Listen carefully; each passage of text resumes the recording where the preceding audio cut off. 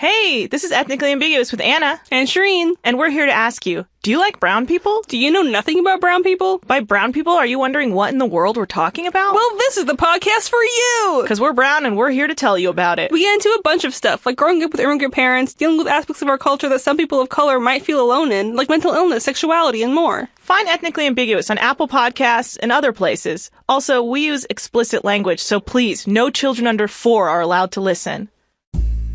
Hey everybody, this is Chuck, and welcome to this weekend's Stuff You Should Know Selects episode. This one I picked out, How the MPAA Works, from June 26, 2014, just a few years ago. And I picked this one because, well, kind of because I'm doing my new show, Movie Crush, where I talk to people about their favorite all-time movie, and my new episode's called Mini Crushes, where I don't have a guest, but it's just Noel and I in here kind of rapping about stuff, recommendations, and calling Facebook questions and stuff like that. And it just kind of got me thinking along the lines of movies. And this episode on the Motion Picture Association of America was a really good one. And if you are just confused by the MPAA and what they do, this will clear it all up for you. So please to enjoy How the MPAA Works.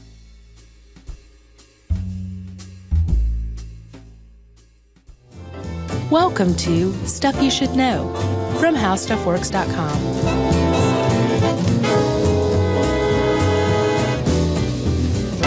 Hey, and welcome to the podcast. I'm Josh Clark. There's Charles W. Chuck Bryant and Jerry. But where's Waldo?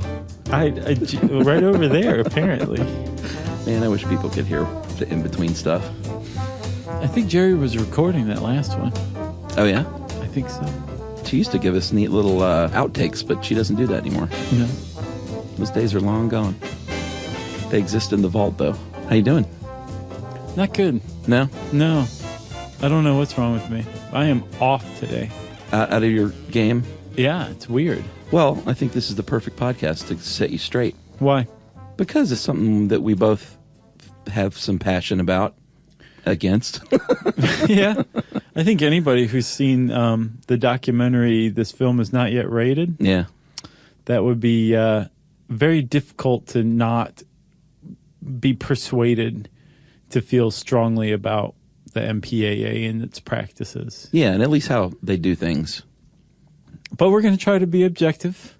Yeah, I'm going to go ahead and say up front, I have no problem with rating a film's content so parents can decide whether or not it's appropriate.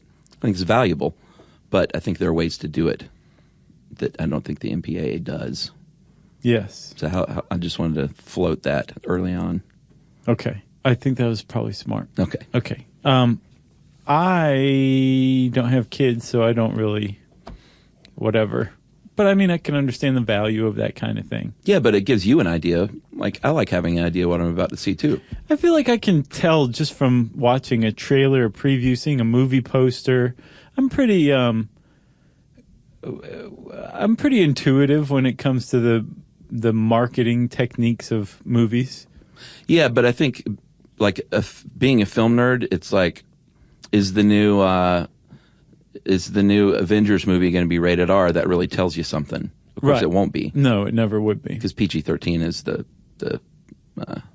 the strike zone these days. It really is. Apparently, PG-13 movies pull in more money than all other ratings combined. Yeah. And it's a relatively new phenomenon. You want to talk about its origin? Yeah, let's do it. So back in 1984, a man named Steven Spielberg had 2 movies out. Who? Steven Spielberg. Right. He directed one, Indiana Jones and the Temple of Doom, Mm-hmm. and he produced another, Gremlins. Yeah.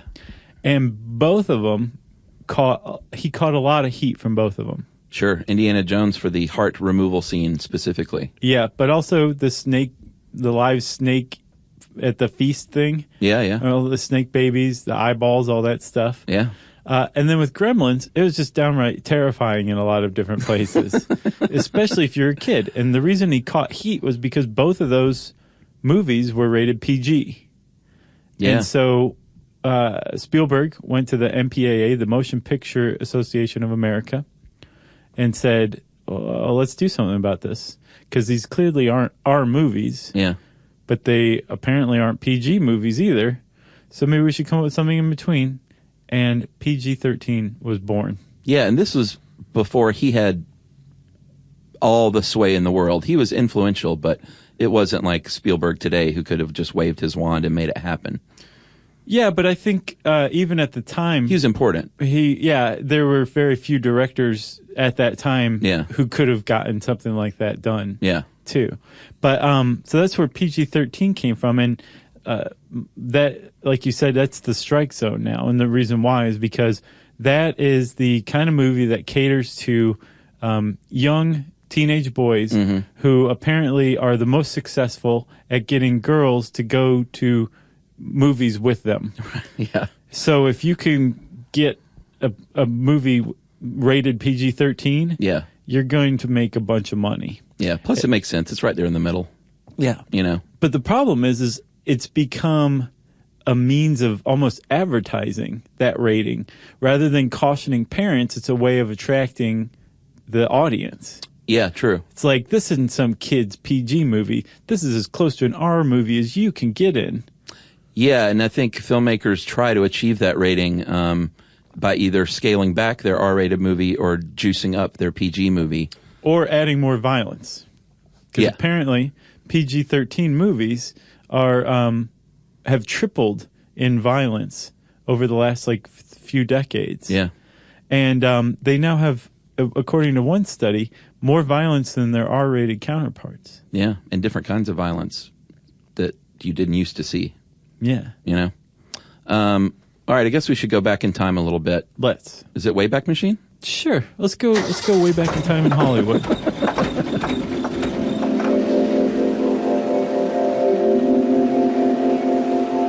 All right, it's 1922. Hollywood and Vine is a viable intersection in Hollywood at the time, unlike now.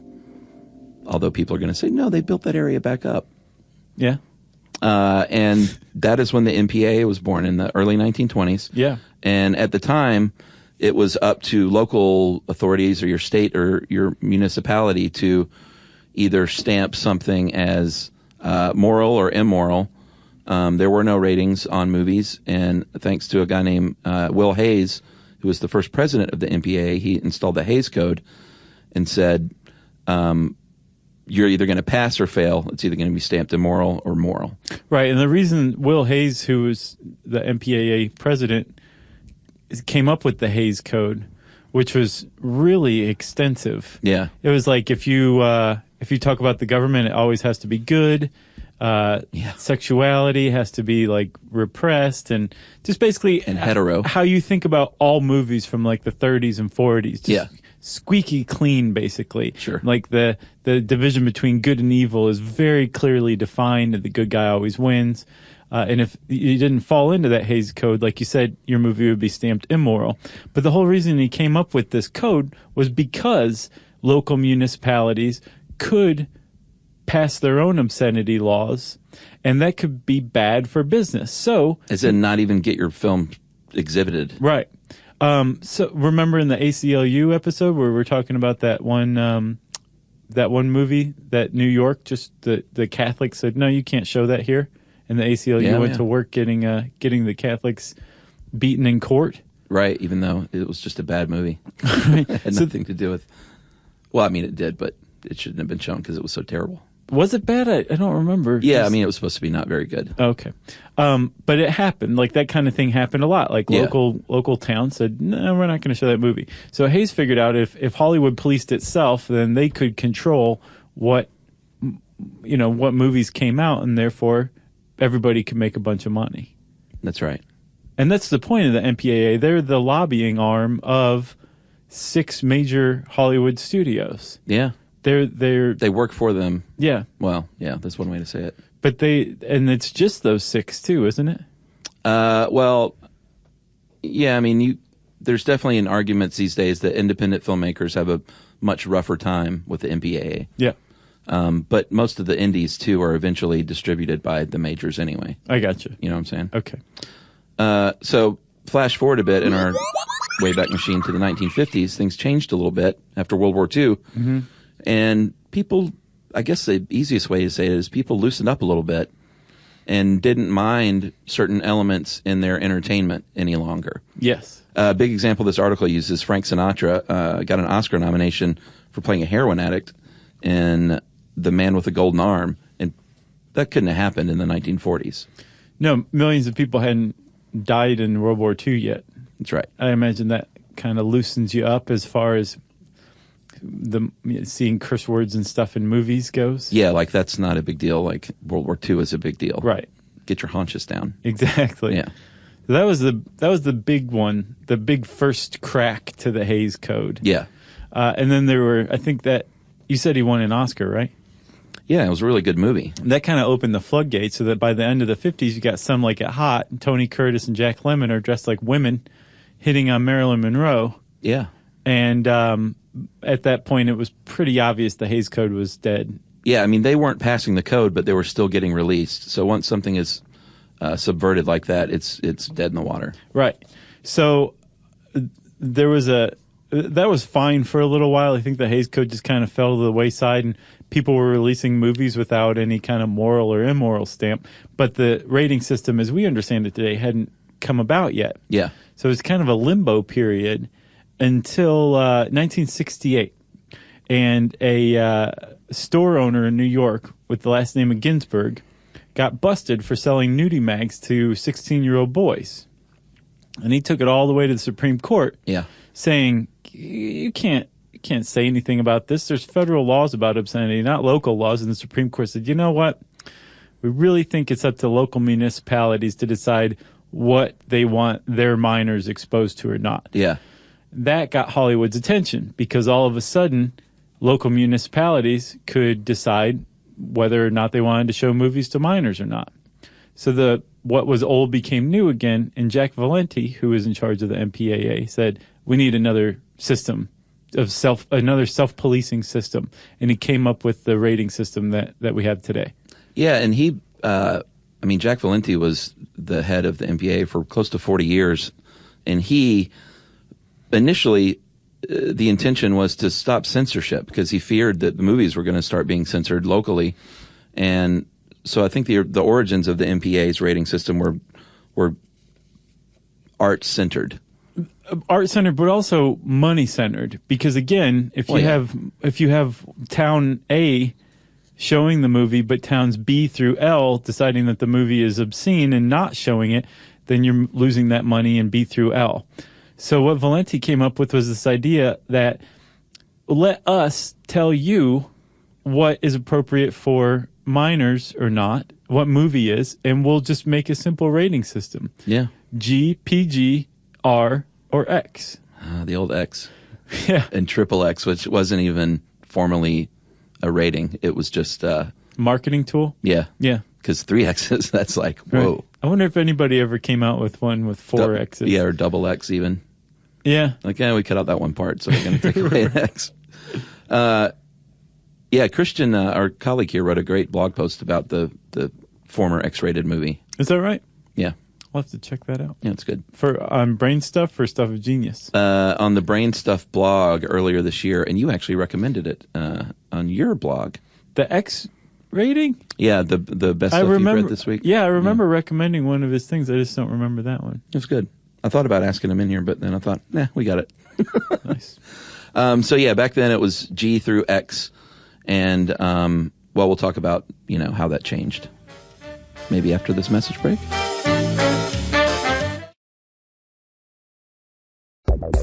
Deep in the back of your mind, you've always had the feeling that there's something strange about reality. Well, there is. Hi, I'm Robert Lamb. And I'm Joe McCormick. And we're the host of the science podcast, Stuff to Blow Your Mind. What's it like to be possessed by fungus? How did Neanderthals think? Here's what we stand for. Scientific skepticism, open-minded curiosity, and a love of the weird. Because the world is weird, weirder than we imagine it, and we'll never understand it unless we're willing to go down to that place where our intuitions fail. Could you create a god inside a computer? Does the present moment actually exist? On Stuff to Blow Your Mind, we put science on a collision course with philosophy, history, religion, mythology, and the worst space werewolf movies of all time. We examine neurological quandaries, cosmic mysteries, evolutionary marvels, and our transhuman future, all in order to decipher the nature of our reality and expand the mind. Subscribe to the Stuff to Blow Your Mind podcast wherever you get your podcasts. And learn more at stufftoblowyourmind.com.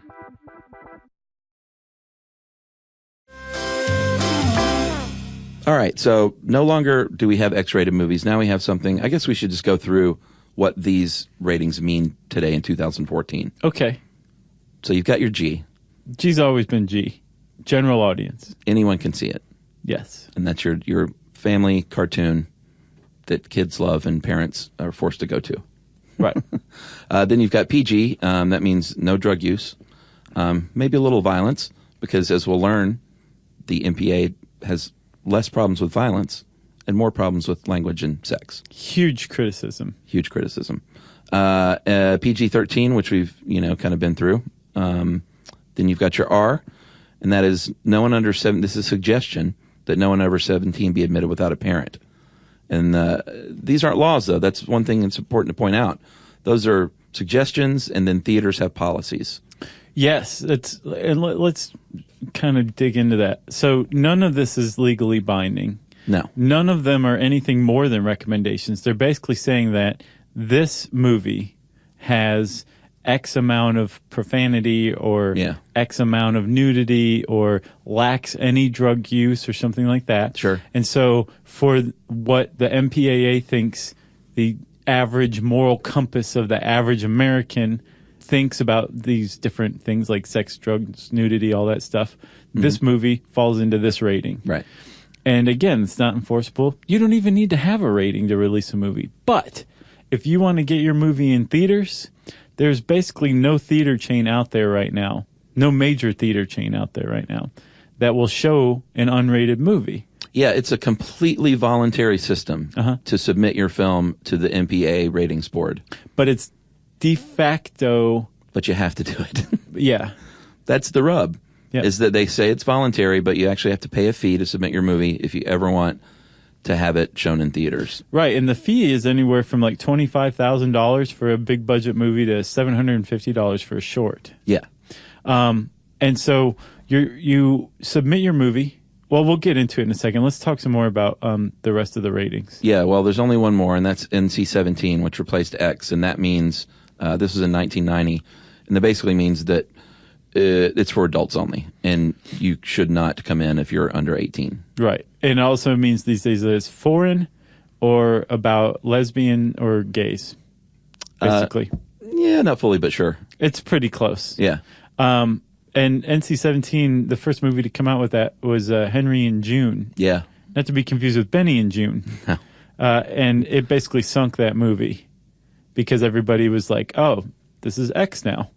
Right. NC-17, if you jumble it all together, it looks like X.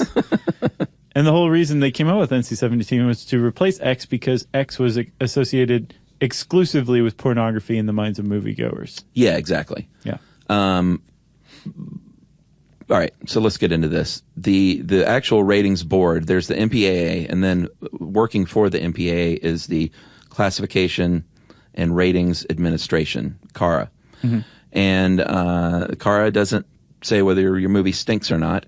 CARA is 8 to 13 people, and they are called raters, and they are overseen by a senior rater, and they sit down and watch these movies and take copious notes on what they think, based on their standards, is, I don't want to say offensive, but just noteworthy. Right. Like, maybe they're not offended, but they think the average mom in Sheboygan might be offended.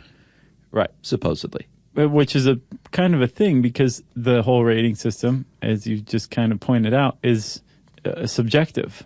Totally subjective. They supposedly, here's the other rub, is it's all secret. Right. You can find out a federal judge's name and address, but you can't find out who a rater is for your films. It's all conducted in private. None of this stuff is released. Yep. And that's one of the big rubs in that documentary and with filmmakers in general, is it's all, done behind closed doors. There's never any explanations provided. These people are supposed to have kids between ages of 5 and 17, but many of them do not. Right. Either have kids at all or have kids that are older than 18. Yep. It basically frees them up from any accountability. Yeah. To do this all in private and in secrecy. And until that movie by Kirby, what is Kirby's last name? Henry and June? No. The documentary. Oh, yeah. This film is not yet rated? Yeah. Until Kirby Dick's This Film Is Not Yet Rated came out, like, all of this stuff was just conjecture and Hollywood legend. Yeah. He was the first one to really, basically, he tailed these people, tailed them to lunch. Yeah. To find out who they were and eavesdrop on them and like did some digging and found like these anonymous people did not fall into the requirements that the MPAA said they did. And so not only was it in secret, it was fraudulent, basically, this rating system. So according to the standards, you submit your film, this group of people, this anonymous group of people watch it, they rate it, then they come together and vote on a rating, and then they pass their vote along to a senior rater who talks to the movie's distributor, director, or producer and says, here's the rating, here's why we rated it like this.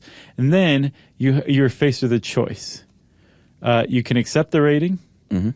You can edit your film as per the CARA's recommendations. Take out these bad words, cut this sex scene a little early, right? Leave all the violence. Yeah. Or you can reject the rating and just release your movie as unrated. Yeah. Which, well, you can try to release it, but since no one will show it, it's really sort of a misnomer. Right. But it's becoming increasingly a thing.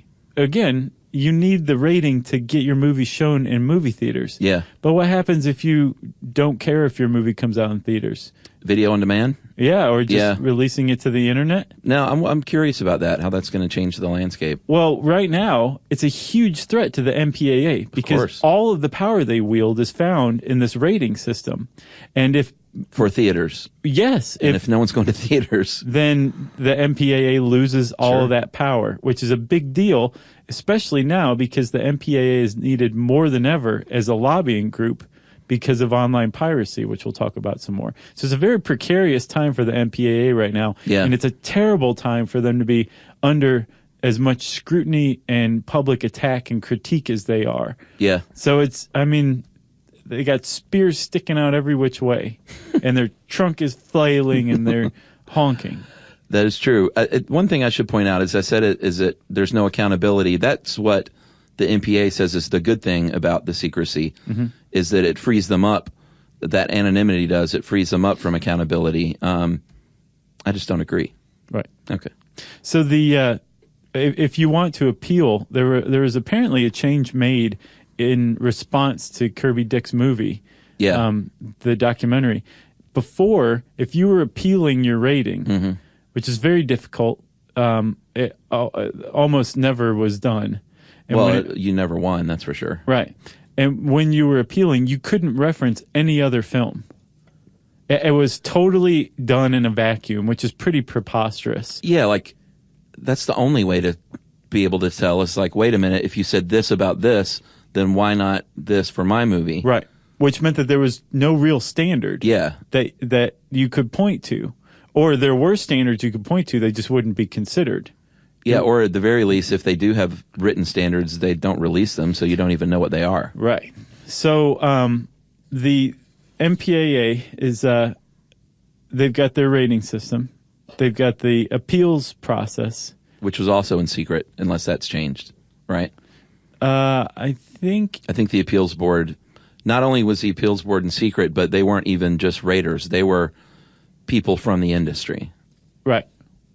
And the Theater Owners Association. Exactly. Whereas the people who are raters are supposedly unaffiliated with the movie industry and are just like average, ordinary parents. Representing your middle America, we'll just call it. Even though I think that's insulting.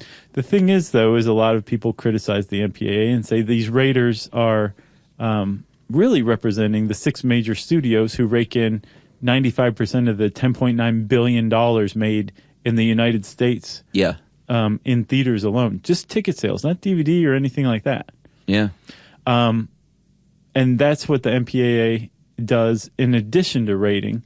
They are, like we said, the lobby arm for these 6 studios. That's right. And they, I guess we should talk about piracy now, huh? That's one of their other big, besides from rating movies, they are heavy in the lobby against, well, especially now with online piracy, because the digital distribution network is, it seems like the way forward as far as distribution goes. Right. Like it's the future. It's not the future. It's the present and the future. And the MPAA they're accused of basically trying to quell new technology. Yeah. By just saying like, well, let's just keep people from peer-to-peer file sharing in Altogether, total. yeah. So that they can't steal movies in part.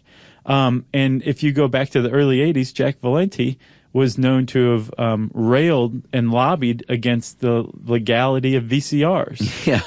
People are just going to be recording things and handing them out to their friends. Exactly. Yeah. So there was the MPAA has a long history of basically like just doing anything it can to stifle innovation in order to protect the profits of these big movie studios. The other problem with them lobbying in favor of these 6 movie studios is that they inherently have a conflict of interest against the studios that are not part of these 6 that they represent. Yeah. But whose movies they still rate. Right. So they've been accused of more scrupulously or scrupulously rating the movies of rival studios or foreign studios when assigning a rating. Well, and that's why filmmakers call consistently for transparency. It's I don't think there are many filmmakers out there saying there should be no rating. We should just, maybe some, like Lars von Trier, or Werner Herzog. Right. They're probably like, no ratings at all. Yeah. But I think they just want transparency. Like, open it up and let everyone know how this is all done. Right. Who these people are, and give us an idea on what in the world we're submitting to. Right. Voluntarily, quote unquote.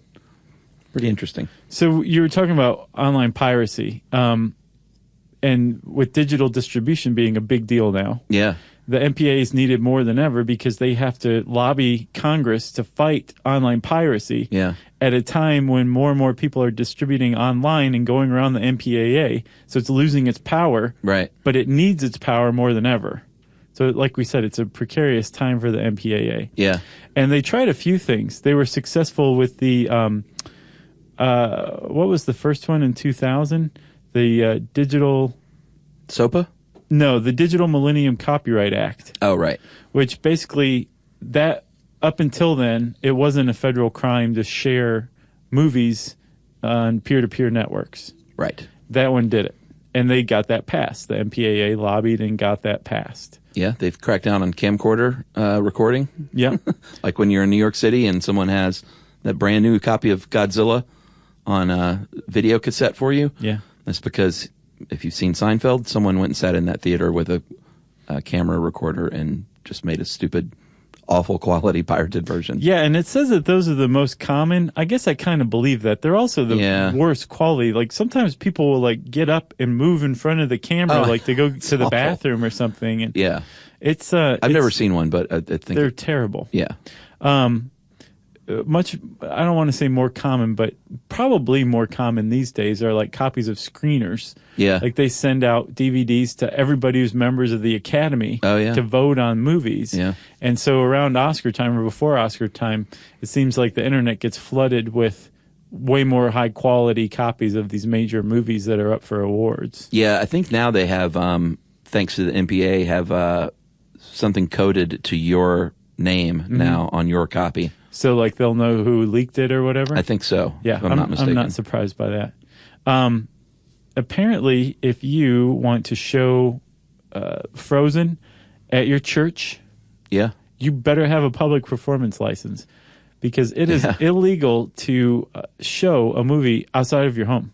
Yeah, that surprised me, but there are a lot of, especially in the summertime, a lot of community screenings. Like every city now has... Atlanta shows them in, I think at Oakland Cemetery. Some other places in New York, they have them all over the place. Sure. And technically, yeah, they're supposed to have a license to do so. I'm sure they do, the big ones. Yeah, the big ones I'm sure do. But like at your community pool, when you want to show E.T. and the feds could come kick the gate down around the pool and arrest everybody. I bet they don't love HBO these days because, HBO Go. Yeah. People steal that. They're just like, hey, dude, what's your login? Oh, right, yeah. And HBO came out and they're like, who cares? Yeah, people are watching it. Yeah, like, go watch True Detective. Maybe you'll sign up for HBO. Yeah. Because you liked it. Or maybe you'll just support the show, period, on social media. Yeah. Even though you're getting it for free. Like, we're making enough money, basically. Yes, and that's something that a lot of people say, film industry, we don't really feel that bad for you. Yeah. Sean Austin, sit down.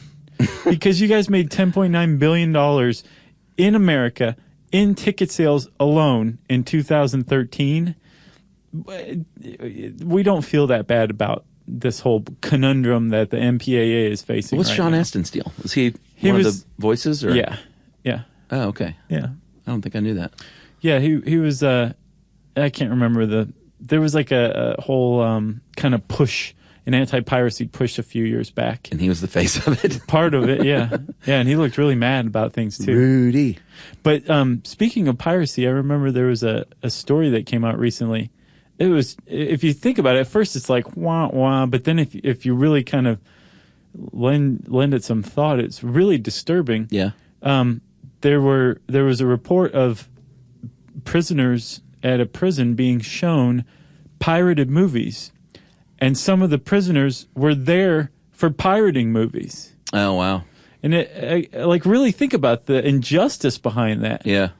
Like, that's just crazy town. Imagine if you've been like selling counterfeit furs and you go to prison and all the guards are wearing counterfeit fur coats. That'd be pretty swinging prison. It'd be weird, but it would also be unjust. Yeah. Yeah. True. But in relation to this, it's just more and more widespread. Every day it feels like it's a losing battle, I think, that the MPAA is fighting right now.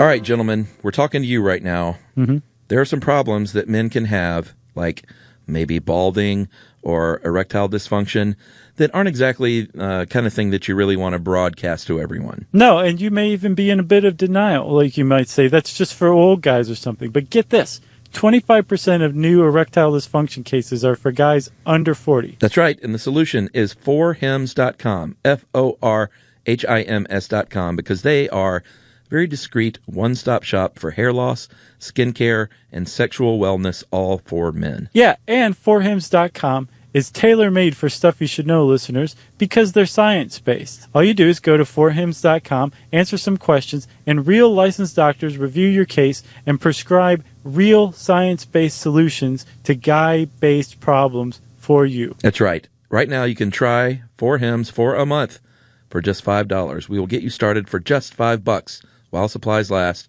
You can see the website for full details. And this is the kind of thing that would cost hundreds of dollars if you went to a doctor or pharmacy. So go to forhims.com/stuffed. That is forhims.com/STUFFED. Get it?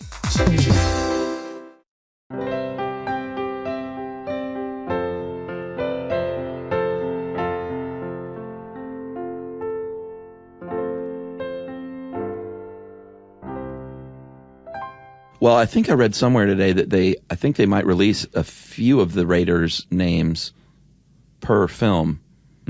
Not all like 13. Right. But I need to look that up again, because I don't know. I don't see the why releasing a 3 out of 13 names does anybody any good. It does zero good. Yeah.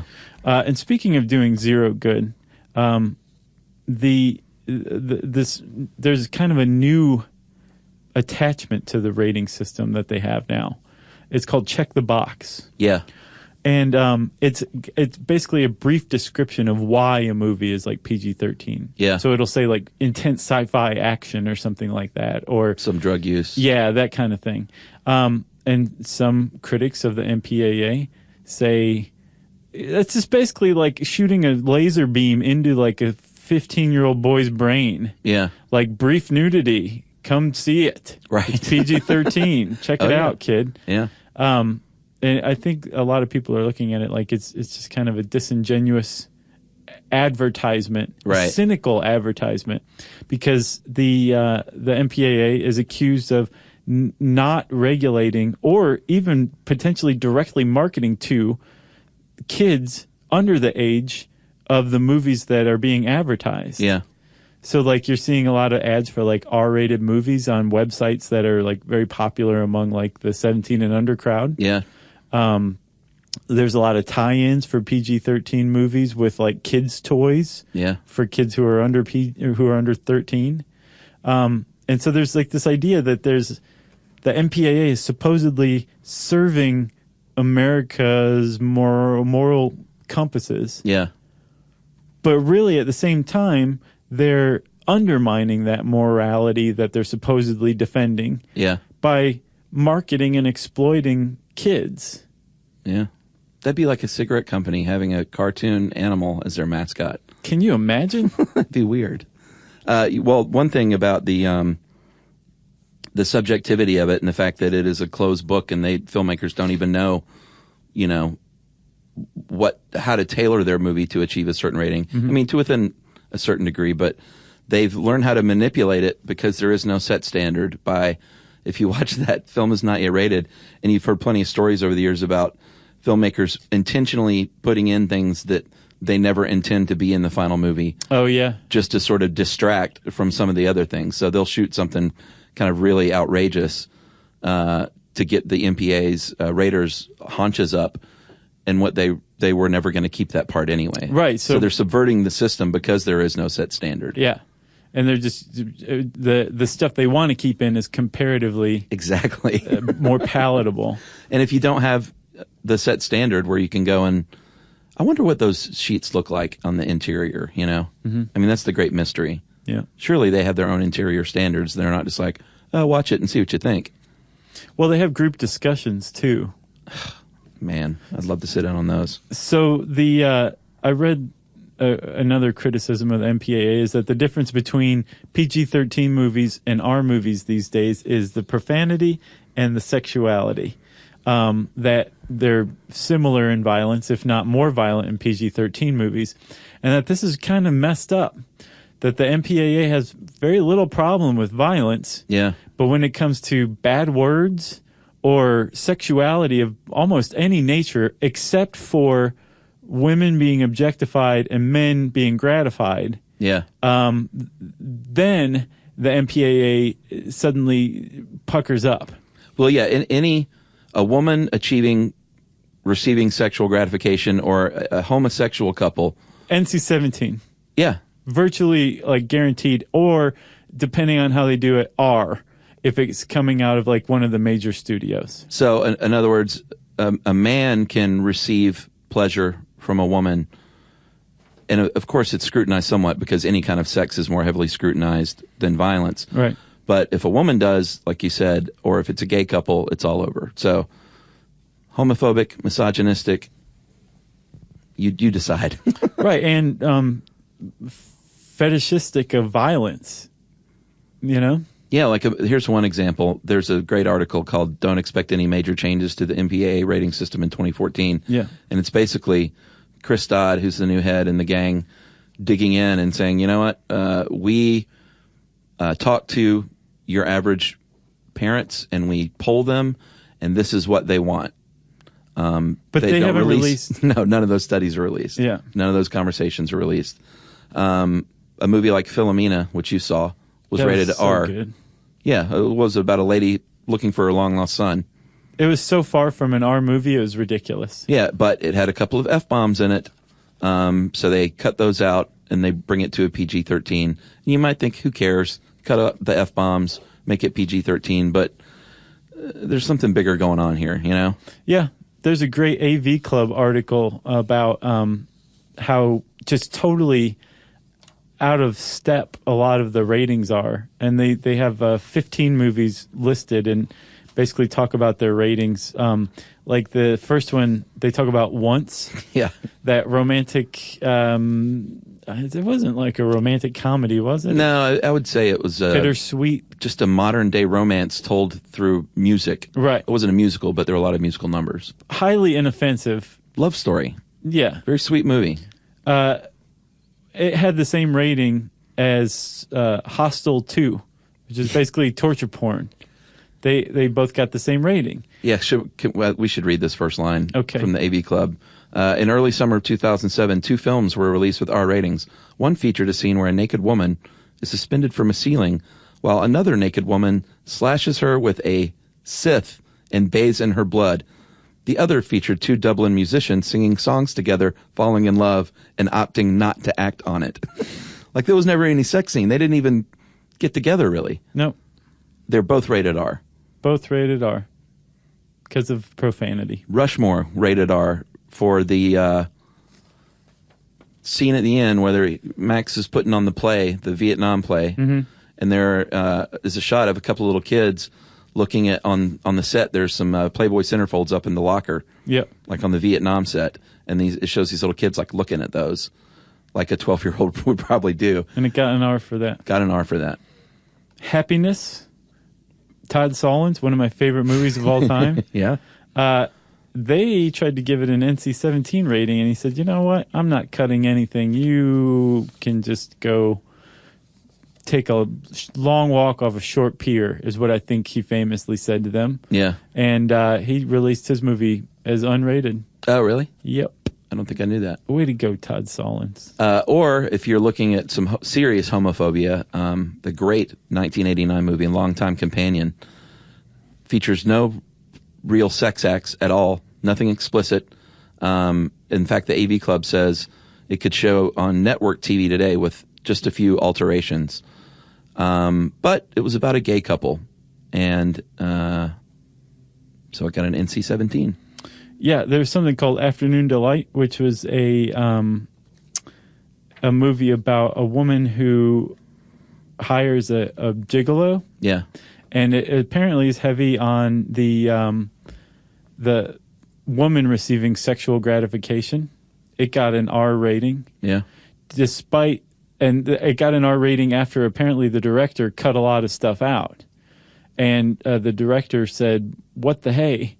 Yeah. After Wolf of Wall Street came out. Like, have you seen this movie? With like some very graphic apparent sex scenes between a man and a woman. Yeah. But Leonardo DiCaprio is the one enjoying it the most, so it's fine. It's an R. Right. Blue is the warmest color. Yeah, last year that a teenage lesbian love story. NC-17. Yep, got a lot of attention. And there were some theaters that allowed high school age kids to go see that anyway. Because again, this isn't law. It's Right. not binding. It's up to the theaters. Yeah, it's just so strange that such a small group of people have such influence on such a large industry. And yeah, In secret. the more you dig into it, the more conflicts of interest arise, and the more arbitrary the standards become, the more blood boiling it is. I highly recommend you go read some stuff like Rated R for Ridiculous by Kirby Dick, his little op-ed about the MPAA. That one U.S. News and World Report article you wrote or suggested was good. I wish I wrote it. Had you been there, would have been used correctly. Oh, did they misuse it? What? Yeah, I know. Oh, that's terrible. So the MPAA will defend themselves, and they say that there's no such bias, and that all these objectionable scenes are rated on the graphic quality and how graphic it is. But if you just look at you'd have to be a dummy not to see these correlations. Right. And the fact that they don't seem to care that much about violence in this age where, I don't know, does it influence people to go shoot up a school? Who knows? Did you see that John Oliver quote that's going around? Yes, but what was it? It's like somebody unsuccessfully tries to carry a bomb onto a plane in their shoe. We all take our shoes off. Oh, right. There's like 30-something school shootings after Columbine, and absolutely nothing's changed. Yeah. Or the Onion article that's going around too now is this is something that can't be prevented, says the only country where this kind of thing happens all the time. Something like that. Huh. I'm paraphrasing. Oh, yeah. It's The Onion. Yeah, good stuff, MPAA. Keep fighting the good fight. Yeah, go check out, just go start reading up on it. It's funny how much we just take this stuff for granted. But just start digging just slightly beneath the surface. Yeah. At the very least, see this film is not yet rated. It's really good. Yeah. Really engrossing. And, for every 100 documentaries that come out, 5 of them are really great. Sure. Most of them are pretty good. Some are terrible. So any really good one is worth seeing just in and of itself. Agreed. If you want to learn more about the MPAA, type those letters into the search bar at howstuffworks.com. And I said search bar, so it's time for listener mail. I'm going to call this Wild Parrots. Josh mentioned in the Tattoo podcast that he had heard parrots like to hang together when free. And I wanted to burst in the podcast booth and tell you about the wild parrots of San Francisco. I'm not going to get into it except to say that over the course of my life, the parrots in San Francisco were a sort of living legend that one would occasionally get the privilege of spotting now and then. However, about 3 years ago, I moved in with my aunt in the little San Francisco suburb of Brisbane, and apparently the famous flocks of parrots were also making their home there since it was warmer and less windy. These parrots were often hanging right outside my bedroom window, which is pretty amazing. Or no, she says amusing. I say it's amazing. But also somewhat annoying, especially since my first son was just a little guy then and a very light sleeper, and these suckers are loud. That is true. They are very loud. Also, guys, I'm sending you the link to watch the preview of the 2003 documentary, The Wild Parrots of Telegraph Hill. So I didn't know that was a documentary. I've heard that. Yeah. I've heard of that before. I never knew what it was about. Amy, I will check that out. Thank you. Thank you for writing in. Yeah, thanks a lot, Amy. If you have a documentary recommendation, we are always interested in those. Heck yeah. You can tweet them to us at SYSK Podcast. You can post them on Facebook.com/StuffYouShouldKnow. And you can send us an email to stuffpodcast@howstuffworks.com. And as always, join us at our home on the web, the beautiful StuffYouShouldKnow.com.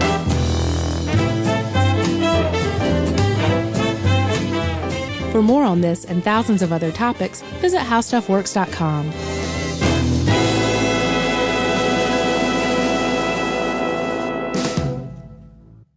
Did you know that leotard and cardigan were men before they were items of clothing? Or that denim is actually named after the city of Nîmes in France? Jeans after Genoa, Italy?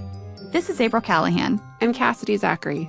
We're fashion historians and the hosts of Dressed, The History of Fashion, a new podcast where we explore the who, what, when of why we wear. With over 7 billion people in the world, we all have one thing in common. Every day, we all get dressed.